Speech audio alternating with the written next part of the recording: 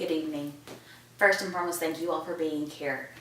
Today we're going to be looking at children and homework. But first, I want to paint a little picture of what our children are going through. So I'm going to take you and put you in their shoes. So let's imagine ourselves going to work. We're doing our typical 8-hour shift. We go through our grueling day, take a few breaks, and think that we get all of our work done. So we head home at the end of our shift, and we have this impression that we're going to have this great relaxing evening. We're going to have fun with our families, we're going to have a great meal. But then you realize you still have 30 to 200 minutes left of work that you actually need to complete before the next day. Now, it doesn't sound like an ideal evening, right? But this is what our kids are going through. They go to school for 7 to 8 hours a day, only to come home to have 30 minutes up to 2 hours of homework left to complete before they can go to school the next day. Now, to me, that doesn't sound like an ideal kind of day. So I asked my daughter, how do you feel about doing homework? And for the most part, she was actually okay with it. She liked doing her math. But then when I asked her, how do you like doing the 50 math problems? How do you like doing the additional reading, the sentence structure? And that part she couldn't stand. She didn't want to do it. Those are the times where I hear the sighs, the frustration coming out. And I immediately rush to her side to make sure that she's okay. And she knows that homework is not the end-all be-all of school. Now, unfortunately, this is the experience that a lot of our kids are going through for grades K through 5. They're coming home with more and more homework each year. Now, typically, we didn't start seeing homework until the first grade. But now schools, because of the achievement scores that our high schoolers and the college rates are seeing, we're even seeing kindergartners come home with homework. Now, I remember being in kindergarten and all I wanted to do was play.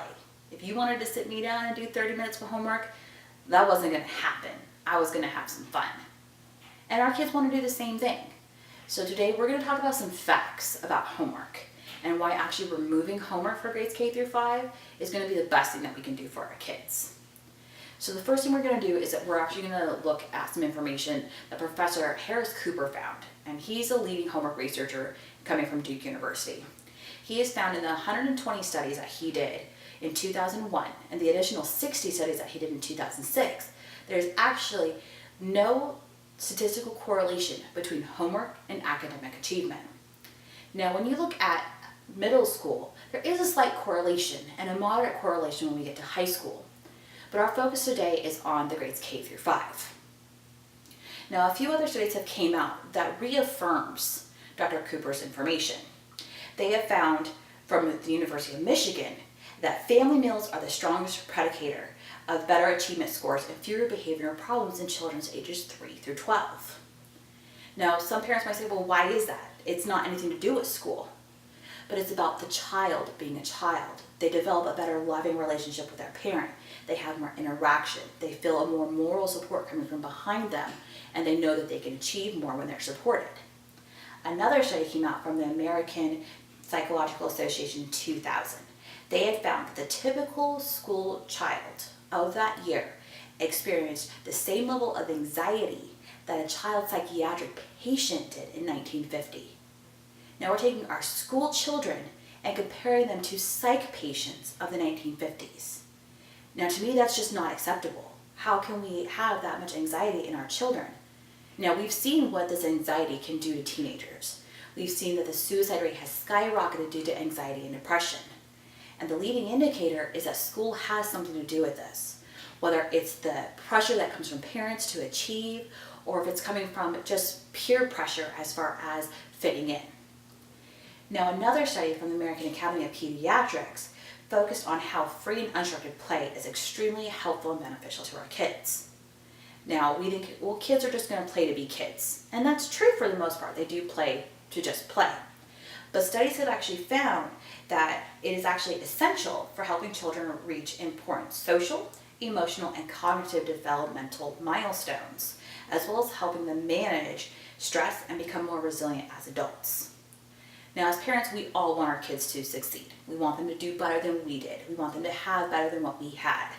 So why are we still using the same principles that were used on us that made us feel stressed on our children if we want? we want better for them. So according to a few studies, they have found that there's a few things that we can actually do to help relieve the cause of all this stress and anxiety and get rid of homework.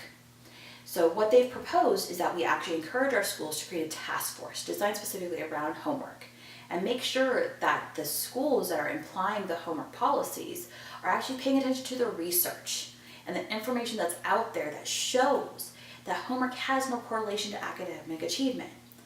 So a couple ways that we can get that task force to complete the job of removing homework as the policy. We can make sure that we build in study periods to actually help get those homework assignments done. We can make sure that the homework is not actually used as a grading format, that they're not marked down for not completing it. We can give parents the option to opt in or opt out of homework. Now, and that's a really good option, especially in, say, my scenario. My daughter, for the most part, likes doing homework. She likes continuing to learn and just soaking all that information in. But at times, it's just too much for her. And I would love to have the option to say, this is too much now. We need to pull back the reins a little bit, give her that room to breathe and just be a kid again. Now, another thing that we can do is we can make reading a priority. Now, studies have found that reading 30 minutes a night has more direct effect on academic achievement than homework has. So why are we still using the old arcane principle when we have information that shows something works better? Another option that we can do is we can eliminate homework on the weekends, holidays, and summer breaks. Make sure that those times are actually used to incorporate family time, to build back up that family structure that we've seemed to have lost over the decades. Another thing that we can do is we can make sure that we're only assigning homework that's meaningful and student-driven, something that the student recognizes that they need to work on and let them focus on it. Not assigning homework that's great for child A, but that's completely irrelevant to child B. We want to make sure that we're fostering a great learning environment, not making the child hesitant to want to learn. And by overloading them with homework, we're reducing their desire to learn and continue to learn. Now, I'm going to go ahead and answer a few questions from the parents as far as what they can do in their communities, talk about any oppositions that they might find as far as getting this homework policy removed. But also, if you're looking for more information, I do have a couple pamphlets related to the movie Race to Nowhere, as well as to the book The Case Against Homework. Both of these formats, whether it's the digital version of the movie or by the hard copy of the book, give some great insight into other schools that have actually made this transition. And it also talks a lot about the anxiety that children feel coming from parents for those academic achievements. Now, if there's any questions, we'll go ahead and address those now. Thank you.